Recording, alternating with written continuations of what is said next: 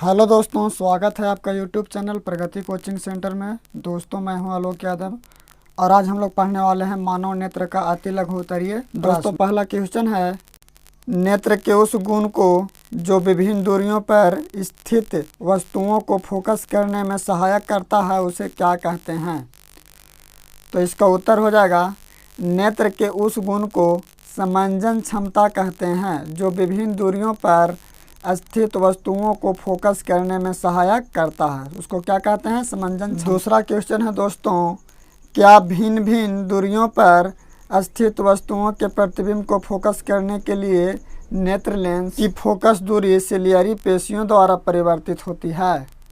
तो इसका उत्तर हो जाएगा नहीं, नेत्र लेंस सिलियरी पेशियों द्वारा परिवर्तित। क्वेश्चन नंबर तीसरा है, किसी व्यक्ति के चश्मे में लगे लेंस की क्षमता +1.5 डायोप्टर है, लेंस उत्तल है या अवतल?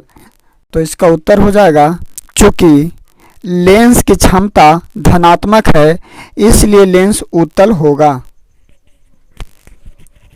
और अगर क्षमता ऋणात्मक रहता तो लेंस अवतल रहता। चौथा क्वेश्चन है दोस्तों, मानव नेत्र के 3 मुख्य दृष्टि दोषों के नाम लिखें। तो इसका आंसर में लिखिएगा, मानव नेत्र के 3 मुख्य दृष्टि दोष के नाम इस प्रकार हैं। पहला, निकट दृष्टि दोष जिसको हम लोग मायोपिया भी कहते हैं। दूसरा, दूर दृष्टि दोष जिसे हम लोग मेट्रोपिया भी कहते हैं। और तीसरा हो गया जरा दूरदर्शिता जिसे प्रेसबायोपिया है। दोस्तों, स्पष्ट दृष्टि की न्यूनतम दूरी का मान लगभग कितना होता है? तो इसका आंसर हो जाएगा 25 सेंटीमीटर। हम लोग को न्यूनतम दूरी 25 सेंटीमीटर होता है। अगर 25 सेंटीमीटर से और भी करीब से देखा जाएगा तो धुंधला दिखाई देता है। तो स्वस्थ नेत्र का स्पष्ट दूरी 25 सेंटीमीटर। छठा क्वेश्चन है दोस्तों, नेत्र के सामान्य दृष्टि के लिए दूर बिंदु और निकट बिंदु कितनी दूरी पर होते हैं? तो इसका उत्तर में लिखिएगा, समान दृष्टि के लिए दूर बिंदु अनंत तक होता है तथा निकट बिंदु 25 सेंटीमीटर तक होता है। यानी कि कहा जा सकता है कि हम लोग भीरू से एकदम करीब से देखेंगे तो 25 सेंटीमीटर से और भीरू नहीं देख पाएंगे, और दूर तक देख सकते हैं, अनंत तक देख सकते हैं। जब हम नेत्र से किसी वस्तु की दूरी को बढ़ा देते हैं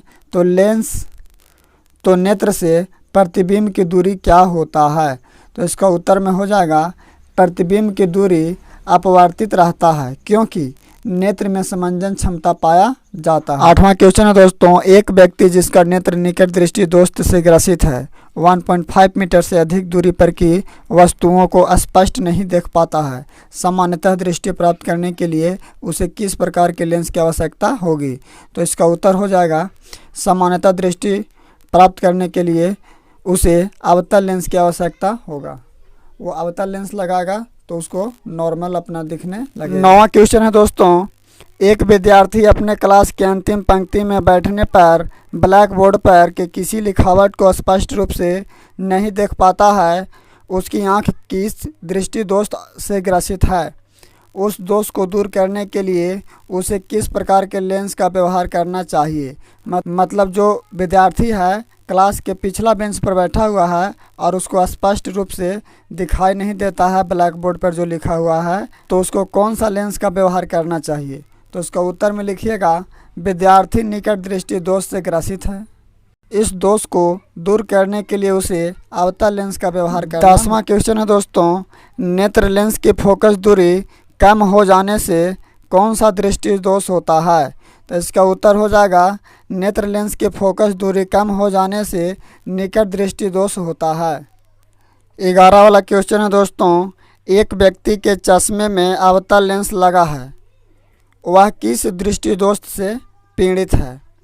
तो इसका उत्तर में लिखिएगा, चूँकि व्यक्ति के चश्मे में अवतल लेंस लगा है इसलिए वह निकट दृष्टि दोष से पीड़ित होगा। 12 वाला क्वेश्चन है दोस्तों, किस दृष्टि दोष में किसी वस्तु का प्रतिबिंब रेटिना के पीछे बनता है?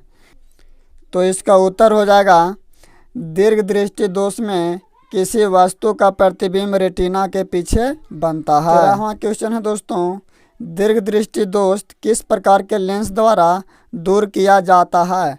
तो इसका आंसर में लिखिए, दीर्घ दृष्टि दोष उत्तल लेंस द्वारा दूर किया जाता है।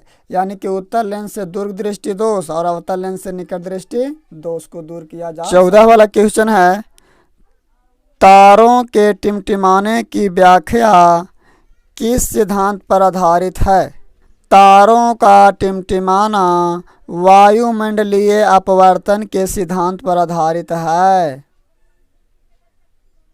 यानी कि हमारे वातावरण में वायु के कारण ही तारे टिमटिमाते हैं, जो अपवर्तन के कारण होता है।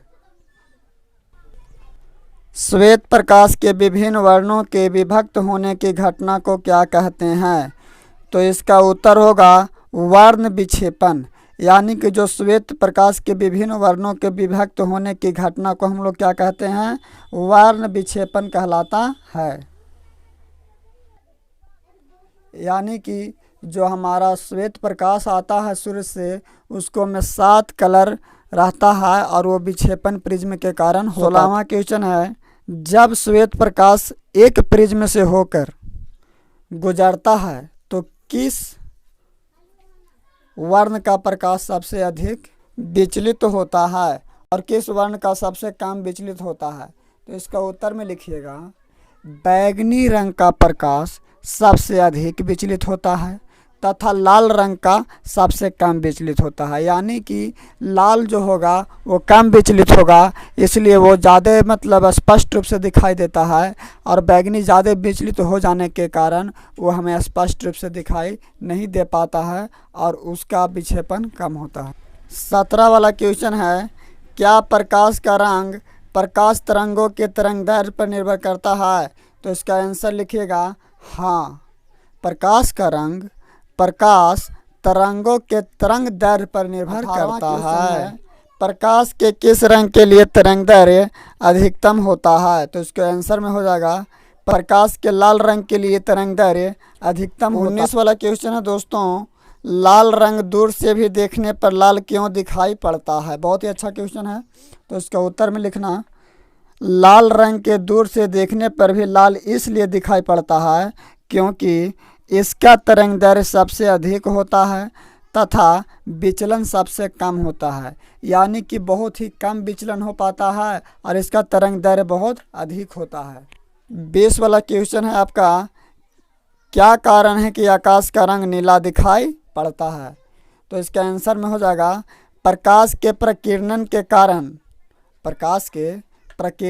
कारण आकाश का रंग नीला दिखाई देता है। अगर प्रकीर्णन नहीं हो पाता तो आकाश का रंग नीला दिखाई नहीं दे पाता, हम लोग को काला दिखाई देने लगता। दोस्तों, अगर ये वीडियो आप लोग को पसंद आया हो तो